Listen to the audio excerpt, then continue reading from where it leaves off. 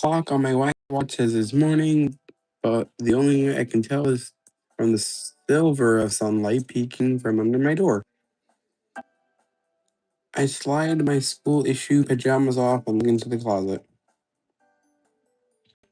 A perfectly a series of perfectly pressed school uniforms there with a little tag on the sleeves of the nearest one.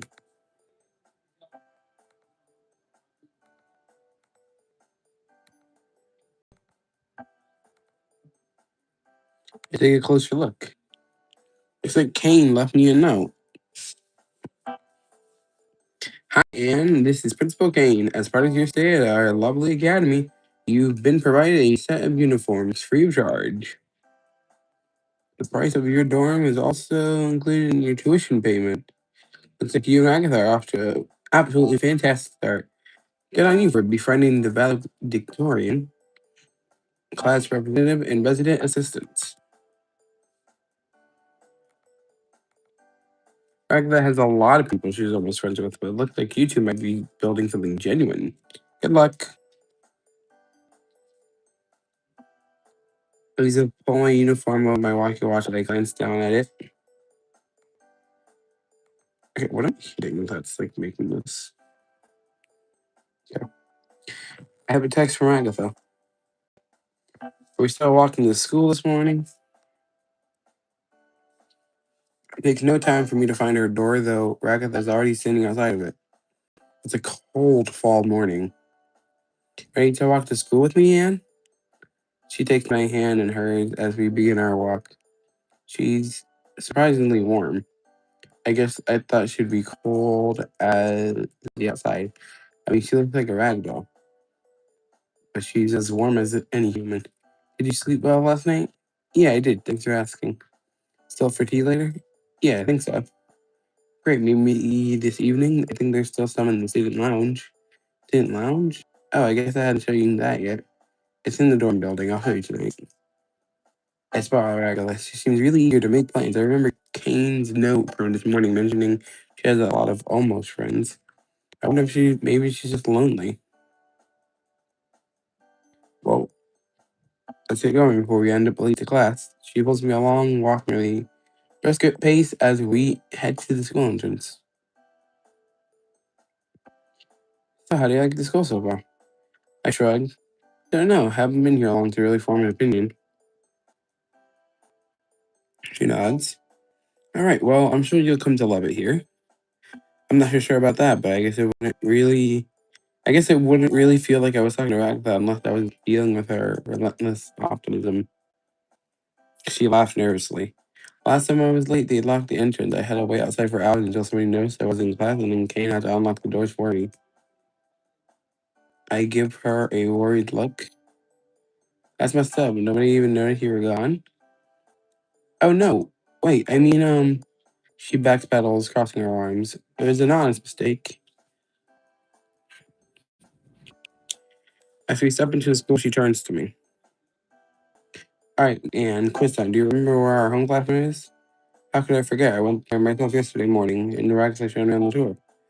Upstairs, up the main stairs and to the left, right? That's right, Anne. She smiles.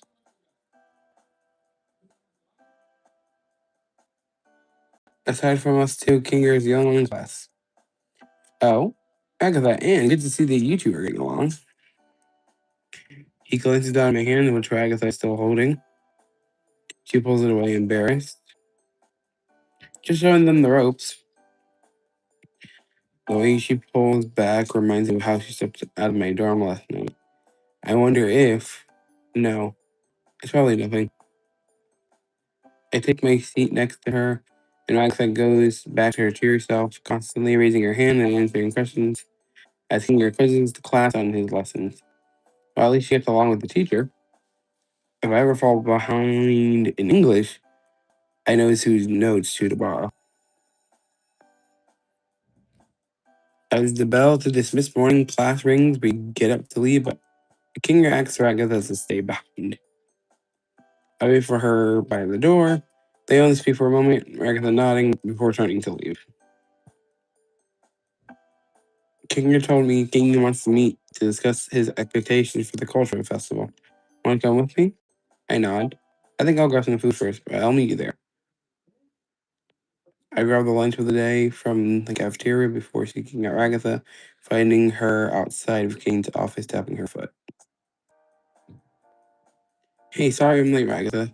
She notices me. Hmm? She looks down at her shaken leg, embarrassed. Oh no, Anne, I wasn't impatient or anything. I'm just nervous. Kane can be us to find it polite or what she wants to say. A bit much. So I just try to get our meetings over as quick as possible. She laughs nervously. I nod. A bit much how? Oh, you know. He asks you to host a game night, and you say yes. And he asks you to get all the latest gaming consoles and every board game in alphabetical order, even the really abstract ones. And if you try to say no, he just kind of stares at you. She shivers. That does sound pretty intense. Well, I'm here to help you, so how do I help? Just help me keep his expectations in check. She turns to the door, nervous. I really don't want to disappoint him, but I nod again. She definitely comes off as a people pleaser. So I know it sounds weird, and you can don't say no if it makes you comfortable. But if you can, I don't know, try to talk to Kane. If he comes up with any unreasonable expectations, she looks back at me. I nod, and she lets out a big huff of nervous energy. The door flies open, narrowly missing both of us. Well, if it isn't Ragatha and Anne again. He smiles down at us, eyes bulging in excitement. Come, come. He ushers us into his office. Principal Kane floats over to his desk before taking a seat behind. Call me Charles Dickens because I have great expectations. Go ahead and wow me, you two. He leans back in his chair as we walk in, puffing on a bubble pipe. Again, I'm surprised he's allowed to do that on school grounds, but if he's the principal, I guess he makes the rules here. You got to talk to us about the cultural fair. Culture fair, right? Kane? I did, class representative. He takes the pipe out of his mouth and as he leans forward. We need a fire eater, a knife juggler, a cotton candy machine, street vendors for every type of Japanese food. I want a realistic reenactment of the story of 47 Ronin, a dance of dancing geishas.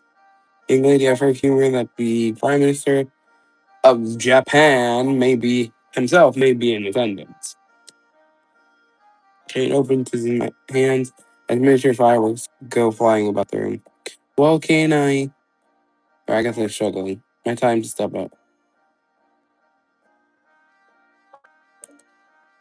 I guess Liz respond, but nods quickly. Of course, mate. People, I was going to provide the food myself.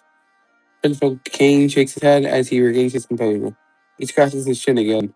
Well, now that I think about it, I don't see a practical way for you to do any of those things I asked you for. Is he actually trying to see a reason? You know, you should take the rest of the day off and start planning. I'm going to completely revamp my plan. Principal Kane laughs maniacally toward dismissing us. Go on, you two. Have fun the rest of your day. I'll be in touch. We leave Principal Kane's chaotic office. Phew. She wipes her brow. Thanks for helping me manage Kane's expectations today, Anne. And you really came through for me. Oh my god, the romance in this game is incredible.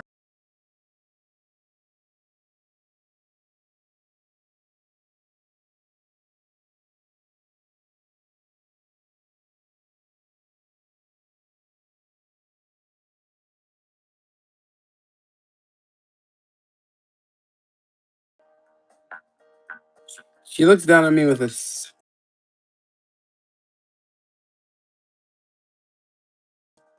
and the other students while we go the cultural training plans. Sounds good. Let's get going then. She offers a hand, which I take. Come on in, since Kane let us out so early, the weather is going to be a lot nicer. Huh? I guess I didn't think of that. We stroll out into the autumn air. It was a lot less cold than this morning.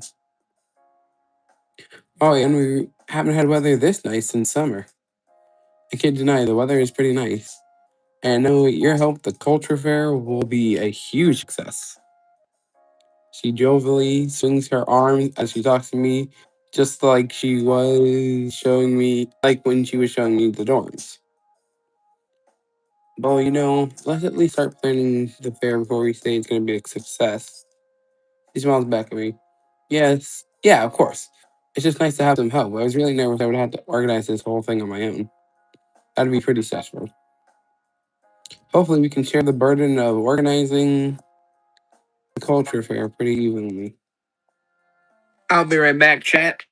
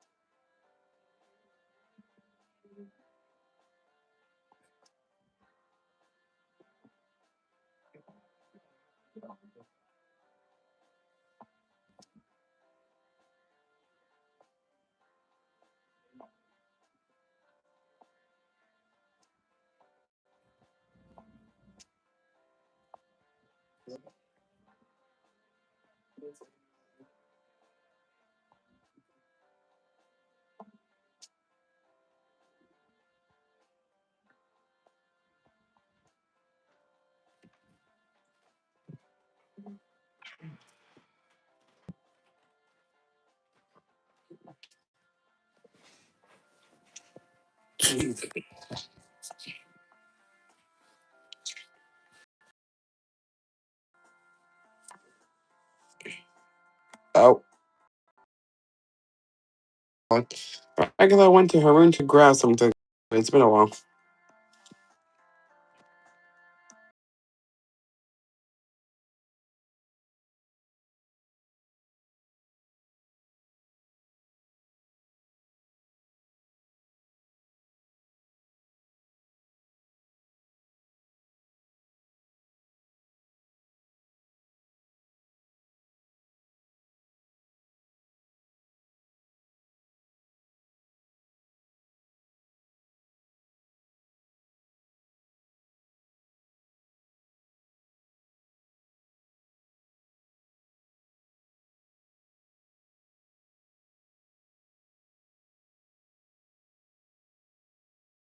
With bags for as if some of my words, Ragatha, carrying a paper bag of groceries.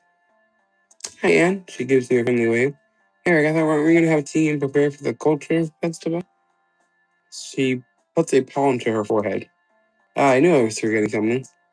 Sorry, Anne. I kind of forgot that me and Pomni make dinner in the lounge every Tuesday. I suddenly feel really awkward. Oh, am I interrupting something? Or no? They said the same exact time. I mean, if you want, you can join us for dinner. Would that be okay? Pomni and Ragatha and Pomni exchanged a quick look before nodding. Yeah, you know what they say, Ann. The variety is the spice of life. I nod. Okay, Ragatha. Well, I didn't bring anything to cook, so I'm just going to work on ideas for the culture fair, I guess. That sounds great, Ann. I'm excited to see what you come up with. The two of them get to work swiftly as they make spaghetti and meatballs. Ragatha sets the water to boil and hands Pomni a jar of sauce to heat up. Even as Pomni pours the sauce into the pot and starts one of the burners to warm it up, Ragatha eyes her nervously. Pomni must be a pretty bad cook if Ragatha doesn't even trust her to heat up the stove, pasta sauce and stuff. Let's not think about all that though. I begin to jot the ideas in my notebook for the culture board. Oh no, I forgot to grab something to serve the pasta with. She says, clutching her hair.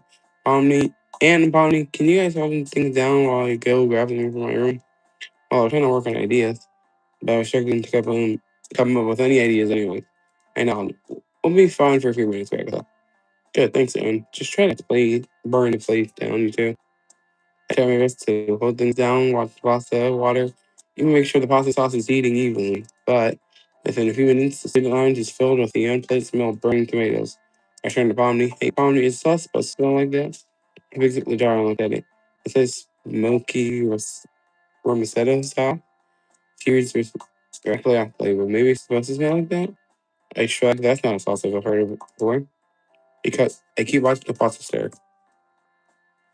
The smoky Romeo sauce bubbles ominously next to me. If I turn up the heat, it will. Somebody twists the knob on the nearly antique stove range. It goes to maximum heat. Omni wait is all I managed to get. Is all I managed to get out before flames engulf the pasta sauce. Oh no! She's just trying to turn it back on. As she does, the knob comes off in her hand. She gives me a nervous look. The once appetizing looking smoky risotto turned into an unpleasant shade of orange, bubbling ominously, popping out the growth of bubbles, sends spurs of sauce bouncing out of the pot. It looks like something out of a cartoon, which is cauldron. Just as the chaos builds to crescendo, Dracula comes back into the lounge. Hey guys, how's it look? Spots the blow. Get out. Now, he's gonna blow. Pomni and myself follow Ragatha out, taking cover just outside the lounge. Moments later, the glass pot burst. There's a audible noise inside the lounge. Circus set out, cutting the window like blood splatter and a TV crime drama. Sorry guys. What the hell, Pomni?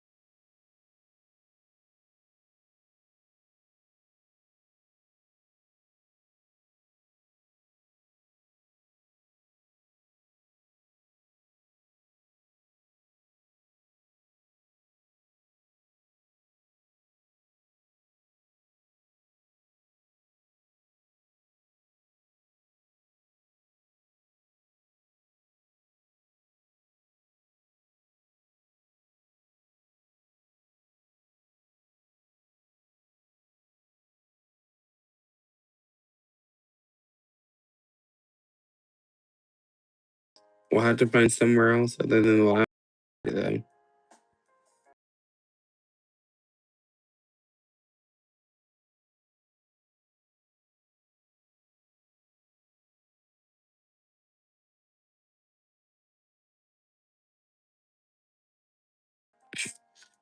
She gives me a meaningful energy. I nod anyways. Great, I ordered some food on Cane Dash. Cane Dash, I'm crying. Spudsies? I'm gonna make the face. I guess that's fine. I'm down for anything. Pomni nods. The food. The food will arrive in a few minutes, and we spread it out on the floor of my room like an important fast food picnic.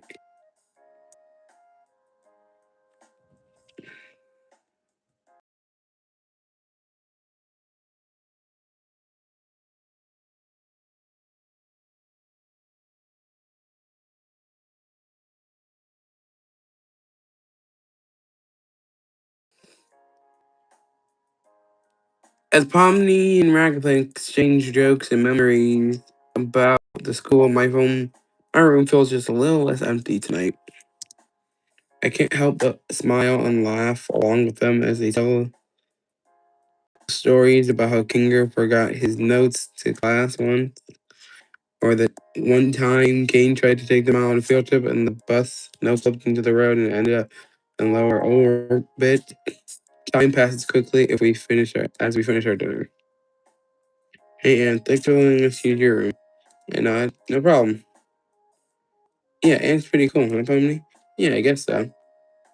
Pomni checked her wacky watch. Oh wow, is it really that late? Ragatha checked her own wacky watch. Oh, it's already past curfew. Sorry, Ann, we didn't get any planning done. Pomni heads out, but Ragatha lingers a few moments. I know it's all to ask, but would you mind waking up early tomorrow? We can go over the plans for the culture fair, and I'll even make you some tea. How does that sound? I consider the proposal for a second and nod. Sounds good to me, Ragatha. Alright, I'll come and get you so we can go to school bright and early. I nod. I'll be looking forward to it. Me too. See you tomorrow, Ryan. Ragatha says quickly, gathering the trash from Army up before heading out.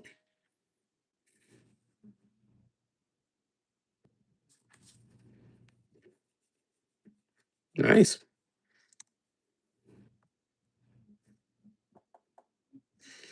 I awake earlier than normal to a knocking on my door. That must be Ragatha. Hey, Anne, ready for our morning meeting? Coming. I grumble, making my way over to the light switch of flicking it on before pulling on a uniform. I'd even bother to fix the wrinkles in it before pulling it over one shoulder and opening the door. Morning, I mumble. I look down. Ragatha already has her tea set ready, all packed up in a carrying basket. Ready for the school. The entire set is made from white porcelain and has cute floral designs. It seems to suit Ragatha. You know, a cup of early gray can have just as much as caffeine as a cup of coffee and is less likely to give you the jitters. Even against the morning cold and how early she woke us up, Ragatha's relentless optimism shines through. Okay, well, let's head out then. I say, trying to match her enthusiasm, but unable to mask the tiredness in my own voice. She's at least seems to appreciate the gesture. We make our way over to the school promptly. I'm surprised it's even open this early, but here we are.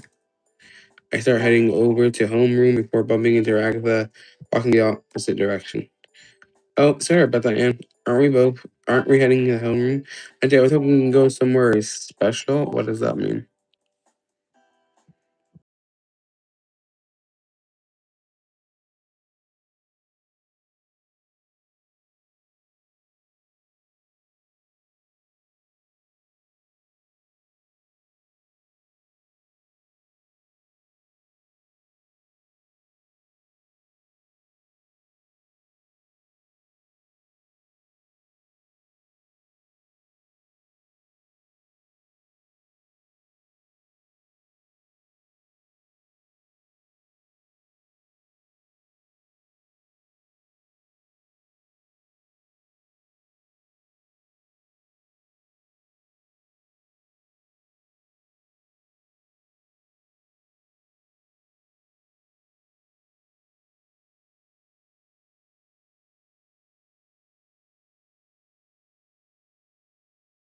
Agatha showed me this part of the school during our tour. The lights above us flicker.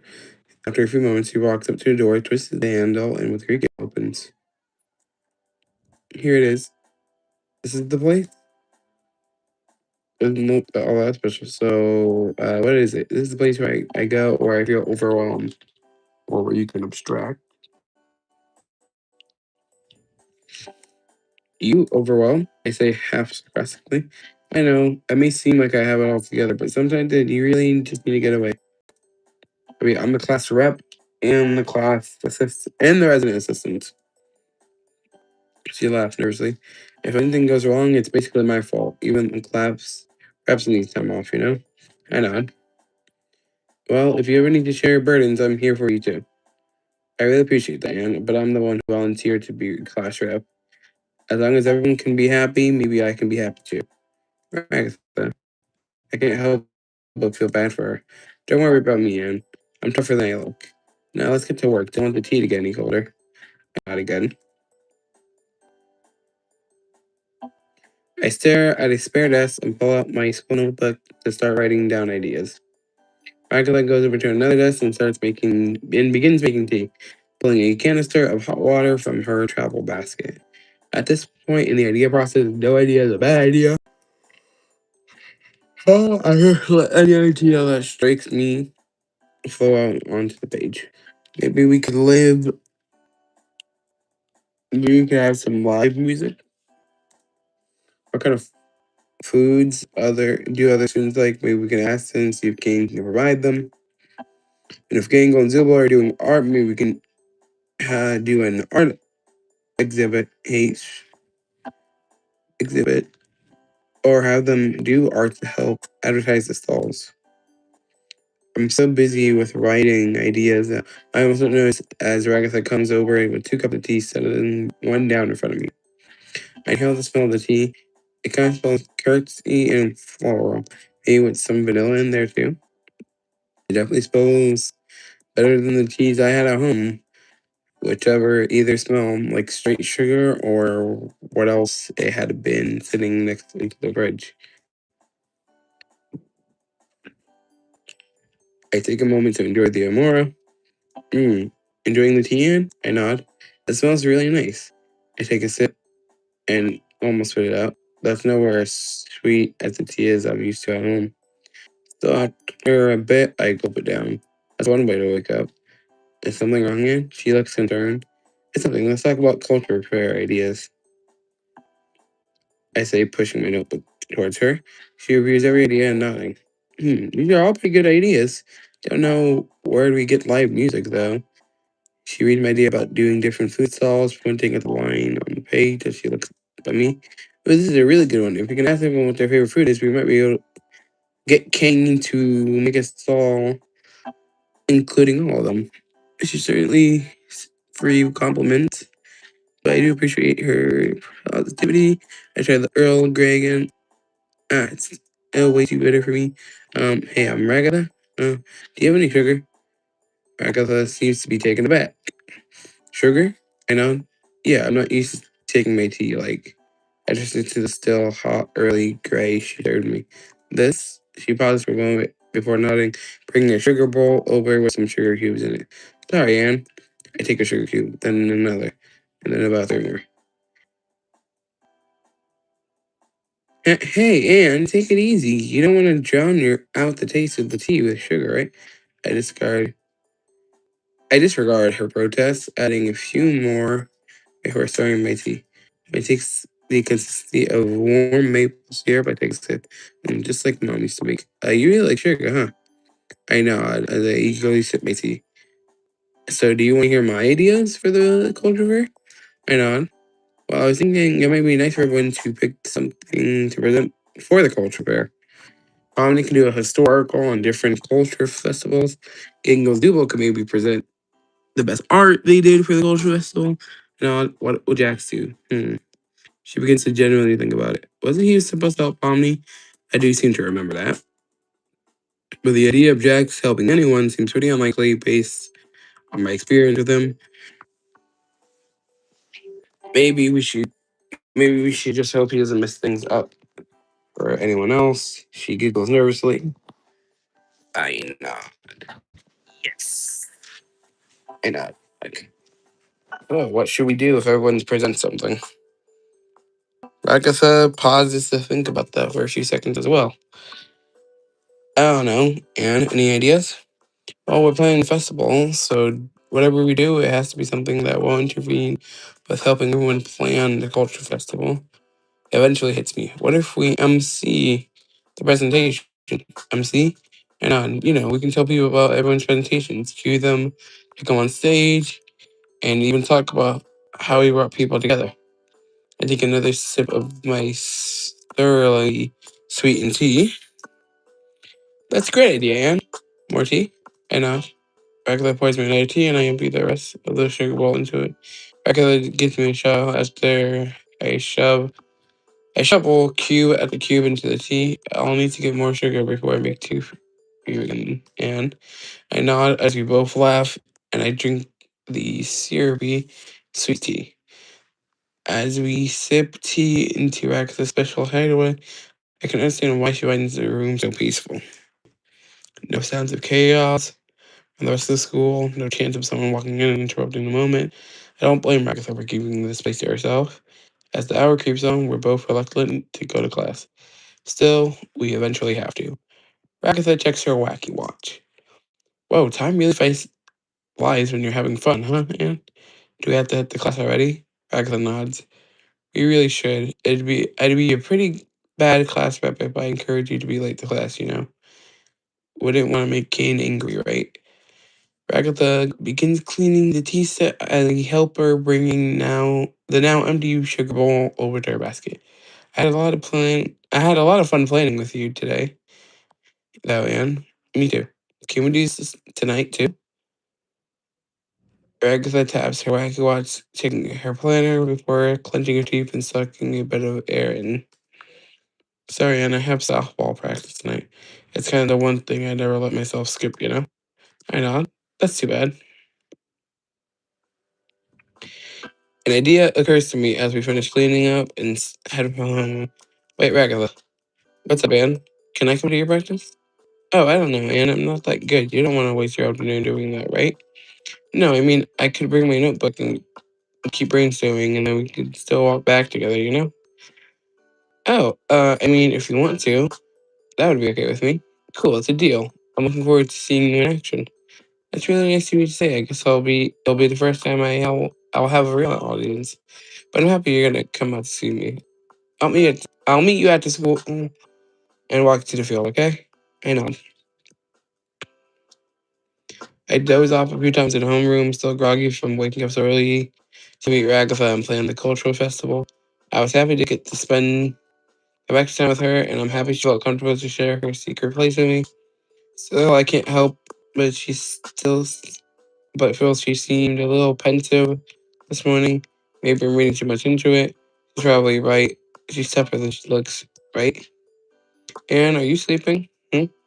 Felt Agatha's hand gently shake me. And sorry, I guess I'm not used to waking up so early. Agatha gives me half a smile before shaking her head.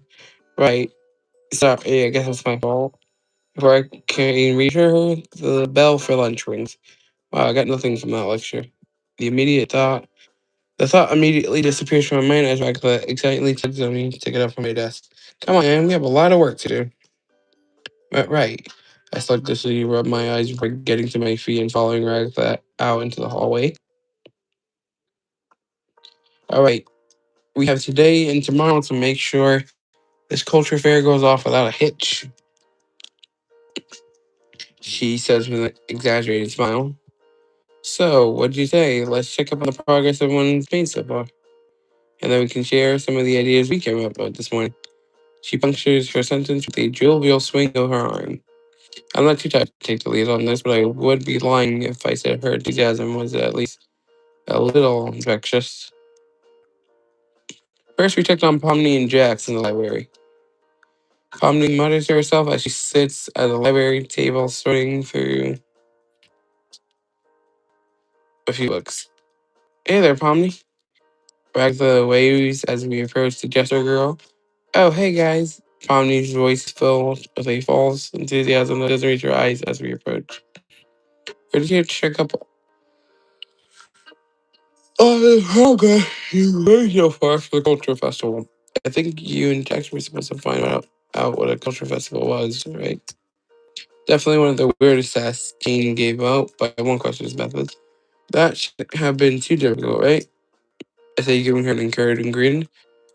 Yeah, well, you'd think so, she says, returning my enthusiasm. The way her voice trails off at the end of that sentence makes me think this won't be as easy as we thought. I can't find any books about anything I need. This library isn't organized in any way that makes sense. I spent all of yesterday just taking down shelves to find anything relevant. Agatha pauses for a moment before responding. Oh, wait, I thought Jackson was supposed to be helping you. Where is he? Tom shrugs. Your guess is as good as mine. He ditched me on Monday, said it was a waste of time. Serious? Agatha clutches her hair before cutting herself off, heavily, having an annoyed side that seems to move her entire body. I shouldn't even be surprised. The ragdoll straightens her blazer and tries to compose herself again. Well, Pomni and I were thinking about having everyone present that they've been working on this week. We're hoping you were able to present a historical presentation with what you'd find, which is, she pauses a moment before mumbling the rest of her sentence. Nothing. Right. Pomni shakes her head, gathering what few notes she has spread across a mess of notebook papers. Don't get me wrong, it sounds like a fun idea. And even if I had a single book on the subject, I could probably put something together. But right now, no, I understand. You're right. It was silly to even ask. And awkward silence commences. I decided to break the tension. Well, Pomni, we have to check on Zubal and Gangle's process. I guess let us know if there's anything we can do to help you further. Pomni offers us an unamused smile.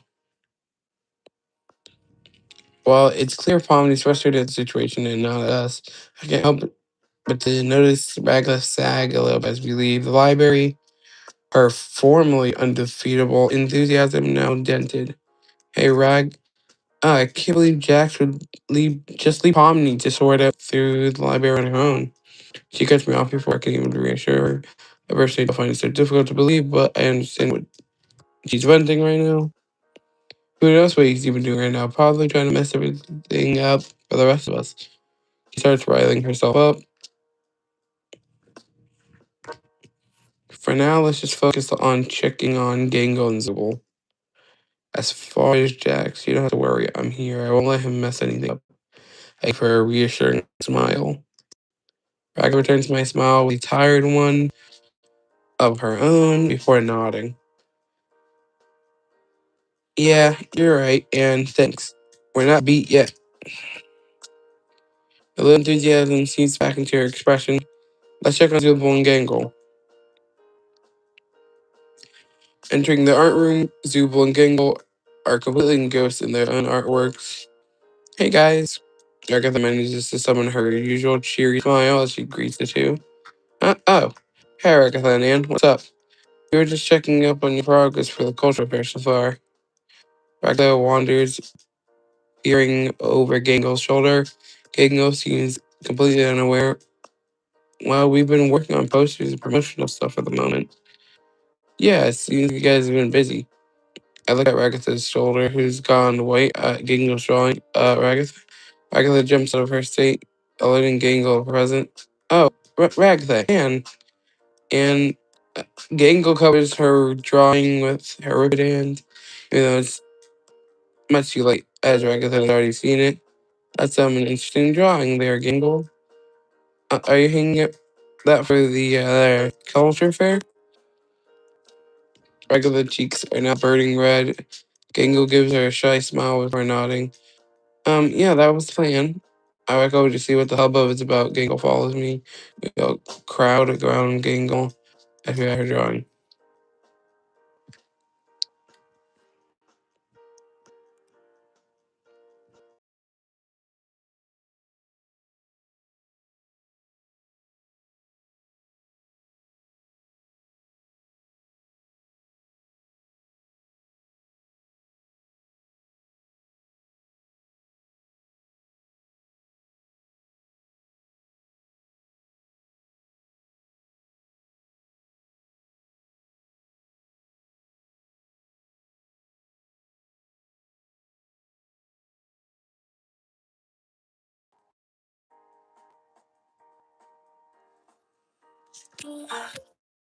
He's Gangle.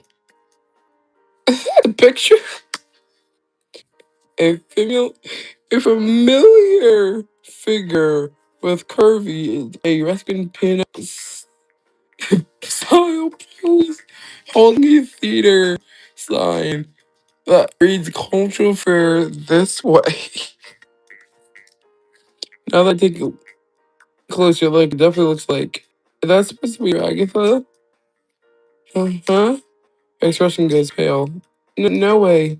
Angle clutches the drawing protectively. It's okay if you don't want me to put it up.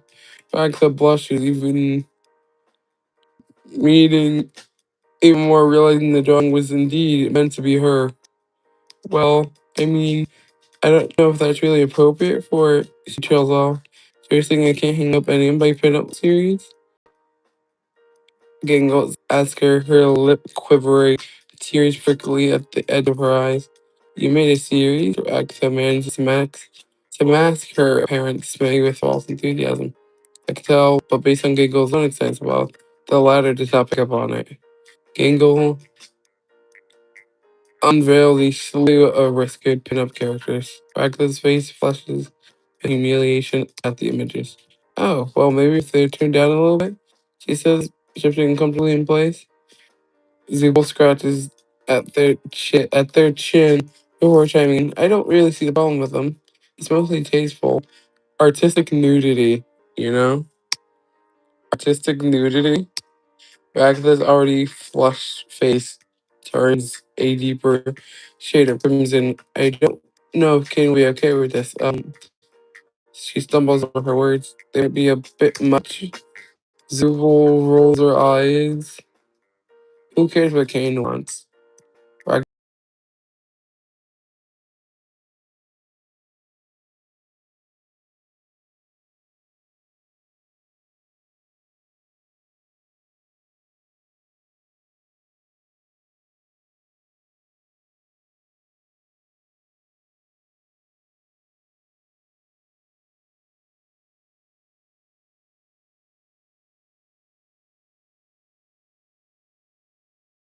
Zubul agrees easily. Present my art, like in front of people? Yeah, just a few pieces. Nothing too intense, I promise. Gingo looks unsure. I don't know. Agatha opens her mouth to try to further convince Gingo, but is beaten by Subel's introduction. How about we get back to you on that? Agatha looks at me before offering a weary smile to Zubel. Sure, I'll check back tomorrow. No pressure, you guys. It's supposed to be fun, right? She laughs nervously, but Gingo and Zubel only look on. I follow Agatha out of the art class when she looks utterly defeated by the afternoon's events. I barely have any time to ask her about it, though, when the incarnation of trouble itself comes strolling down the hallway. Jax. The purple bunny makes eye contact with us. His eyes widen for a moment, and then he immediately tries to turn down another hallway. But Jax is already too late. Claire has light gone.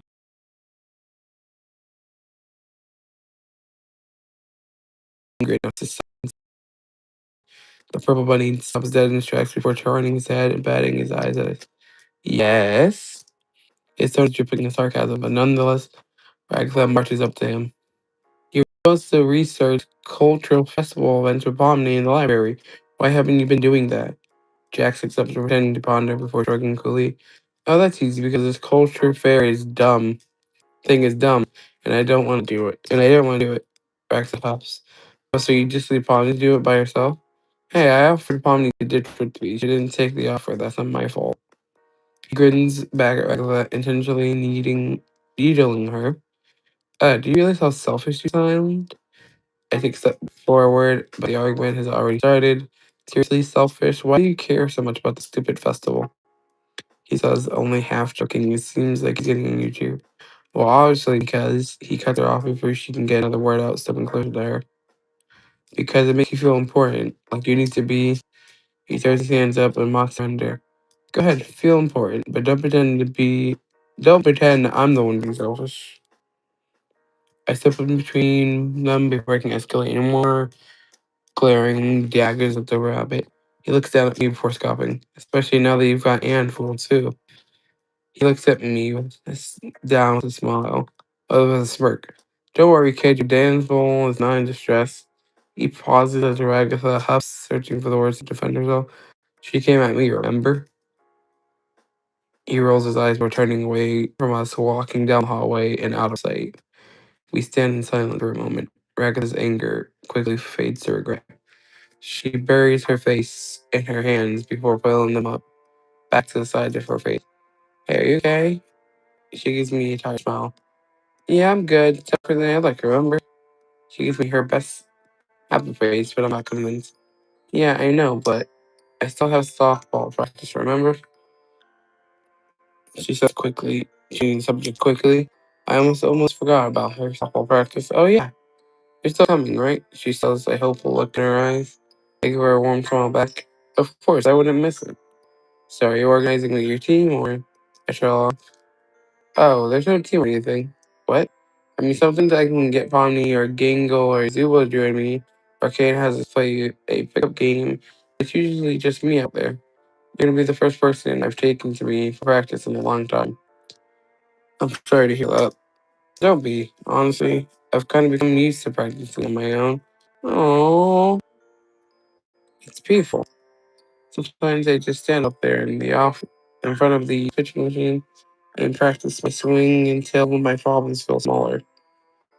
As far as far as ways to deal with stress, that isn't the worst. Especially after everything that's happened today. Sounds like she might need it. The more I hear her, it's hard not to notice how lonely she seems. Well, I really want to go out there and watch you today. Come on, Ann. Don't just say stuff like that. You're gonna make me blush. Well, it's true, I tell her. And who knows, maybe I'll like it so much I'll join you for practice more often. How does that sound? Well, it would be nice to have someone else out there. He shows off. As long as you're sure that you're not just doing it to try to make you feel better. I shake my hand. I shake my head emphatically. I really want to go out there today. Maybe if I can get a good place and take my note, you can show me the ropes. I'd like that, Ian. We start heading out that way before Agatha stops me. Oh, I forgot. I need to change into my uniform. Do you mind meeting me out on the pitch? You remember where it is, right? I nod. She nods back at me, smiling. Good. I'll see you out there. As I step out and watch towards the softball field, I can't help. I can't suppress a shiver as a chill runs down the late autumn air. The sky is a deep orange, the cloud a bruised purple. I wait a few moments on the bleachers, and then Ragatha shows up in her softball uniform. Hey, Ann. Hope you weren't waiting too long. I know it's a bit chilly. I shake my head, reassuring her. She makes herself. She makes her way onto the field, setting up a pitching machine. She makes conversation. So, how have your classes been going so far? Oh, boring. Ragatha laughs nervously. Well, you should try to pay attention to them. As your class rep, I'm supposed to be in charge of your academic success. It would look bad if I didn't encourage you to pay attention in all your classes. Yeah, but I mostly just look forward to hanging out with you. Okay, yeah, I'm definitely on the Ragatha path. I think this is the starter path you go on regardless. So, okay. Ragatha goes quiet a moment. Well, I look forward to that too. But you should still pay attention in class. I'll try. I tease her. All right, Anne. I'm all set to start. You okay in the bleachers? I nod, pulling out my notebook and starting to go over our plans. You forgot to ask the students about which food they want for the culture fair earlier. Mr. Agatha and I really need to work on our joke as we MC the event. That if people decide to present. The more I look at the ideas we agreed on, the more I realize we're going to need to cram multiple days of work into tomorrow. I glance out, Ragatha squaring up at home plate, her body tightly wound as she holds the bat at the ready. I love the art. I love the art. The art is incredible.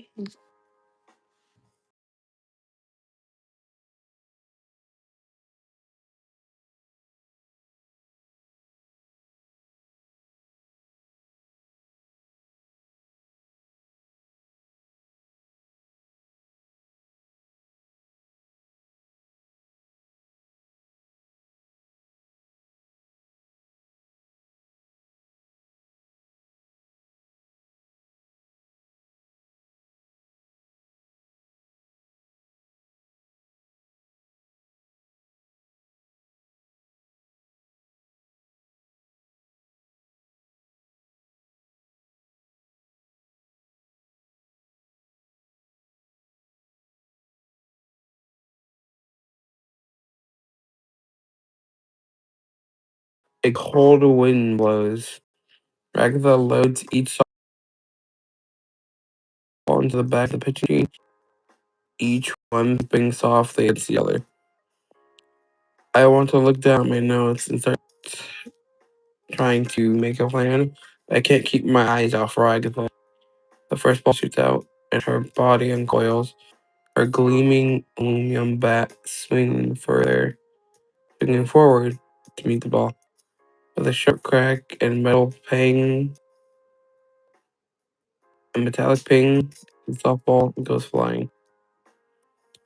One hit like that would be impressive, but Ragnar keeps winding back up, her bat meeting each softball and sending it flying. She finishes the set and is already panting. Hey, Anne, if you're not taking notes, would you mind helping me collect all the softballs? Sure. I nod, getting up from the bleachers and collecting all the softballs from the outfield. I help her reload them again. The second time around, I managed to make a few more notes about the cultural festival, but I'm still pretty much memorized by Ragnar every time I look up from the notebook. She finishes the set, sending a softball sailing over the far fence. Hey, Ann, yeah, I'll get the balls. I say preemptively, happy to help. Actually, I noticed you were watching me. You want to take a turn? Oh, I come on. I bet you can do a pretty good job. Besides, then I can check your notes and see if I have any ideas to offer.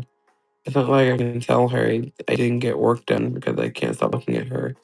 I'll give it my best shot. Ragatha nods excitedly. After we load up the machine, she leans against me, putting my hand around my waist.